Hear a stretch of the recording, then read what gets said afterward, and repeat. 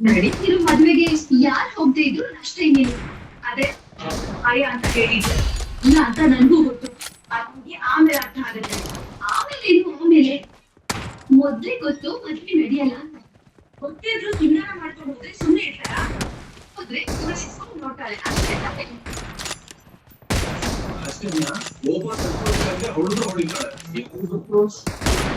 ಸುಮ್ಮನೆ ಇರ್ತೀನ ಏನು? ಕಿಡ್ನಾಪ್ ಮಾಡಿದ್ದು ದಾಕ್ಷಿಣಿ ಅಂತ ಗೊತ್ತು ನನಗೆ. ಮಾಡ್ತೀನಿ ಏನೇ ಅಂತ ಗೊತ್ತಾದ್ಮೇಲೆ ನಮ್ಮ ಮನೆಯಿಂದ ಕಳ್ಸೋದು ಮದ್ವೆ ಸುಮ್ಮನೆ ನಿನ್ ಮೇಲೆ ಖಂಡಿತ ಜಗಳಕ್ಕೆ ಬೀಳ್ತಾರೆ. ಜಗಳಕ್ಕೆ ಬಂದ್ರೆ ನಾನು ಸುಮ್ಮನೆ ಕುತ್ಕೊಂಡಿರ್ತೀನ? ನಾವು ಹೋಗ್ತಾ ಇದ್ರೆ ನಮ್ಮ ಮೇಲೆ ಇನ್ನೂ ಡೌಟ್ ಬರುತ್ತೆ. ನಿನ್ನೆ ಒಬ್ಬ ಮದ್ವೆ ತಾಳಿ ನೀನ್ ಬಂದಿಲ್ಲ ಅನ್ನೋ ಅಪವಾದ ನಮ್ಮೇಲೆ ಬರ್ಬಾರ್ದು ಅಂದ್ರೆ ನಾನ್ ಹೋಗ್ಬೇಕು ತಾನೆ. ನೀನ್ ಹೋಗಮ್ಮ ತಾಯಿ. ಆ ಮಾತುಗಳನ್ನ ಕೇಳೋದಕ್ಕೆ ನನ್ ಕೈಲಾಗ. ಮೊದ್ಲೇ ನನ್ಗೆ ಗಟ್ಟಿ ಗುಂಡಿಗೆ ಇಲ್ಲ. ಅವ್ರೇನಾದ್ರು ಅಂದ್ರೆ ನನ್ಗೆ ತರ್ಕೊಳಕ್ಕಾಗಲ್ಲ. ಸರಿ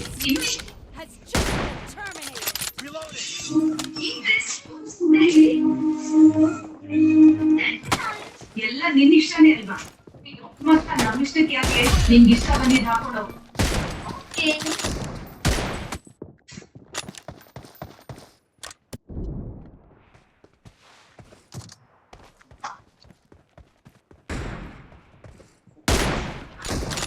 ಏನಾಯ್ತು ಕೃಷ್ಣ? ನೀವ್ ಒಬ್ನೇ ಬರ್ತಾ ಇದೀಯಾ? ದುರ್ಗ ಜೊತೆ ಹೋಗಿಲ್ವಾ? ಹೋಗಿಲ್ಲ. ದುರ್ಗ ಒಬ್ನೇ ಹೋದ? ಅವಳು ಆದಿತ್ಯನ ಏನಾದ್ರು ಮಾಡ್ಬಿಟ್ರೆ? ದುರ್ಗ ಜೊತೆ ನಾನೇನಾದ್ರು ಹೋಗಿದ್ರೆ ಆದಿತ್ಯನಿಗೆ ಏನಾದ್ರು ಮಾಡೋಕೆ ದುರ್ಗ ಒಬ್ಳೆ ಹೋದ್ರೆ ಏನು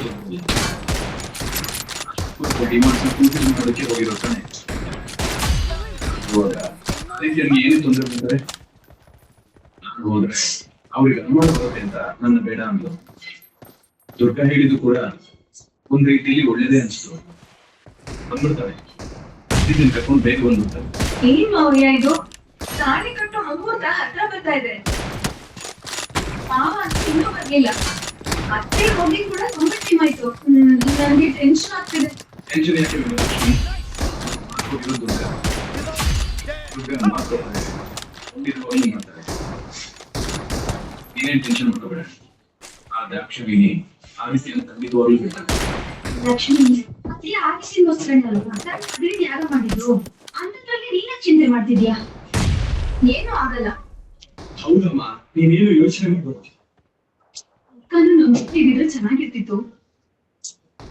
ಹೌದು ದುರ್ಗ.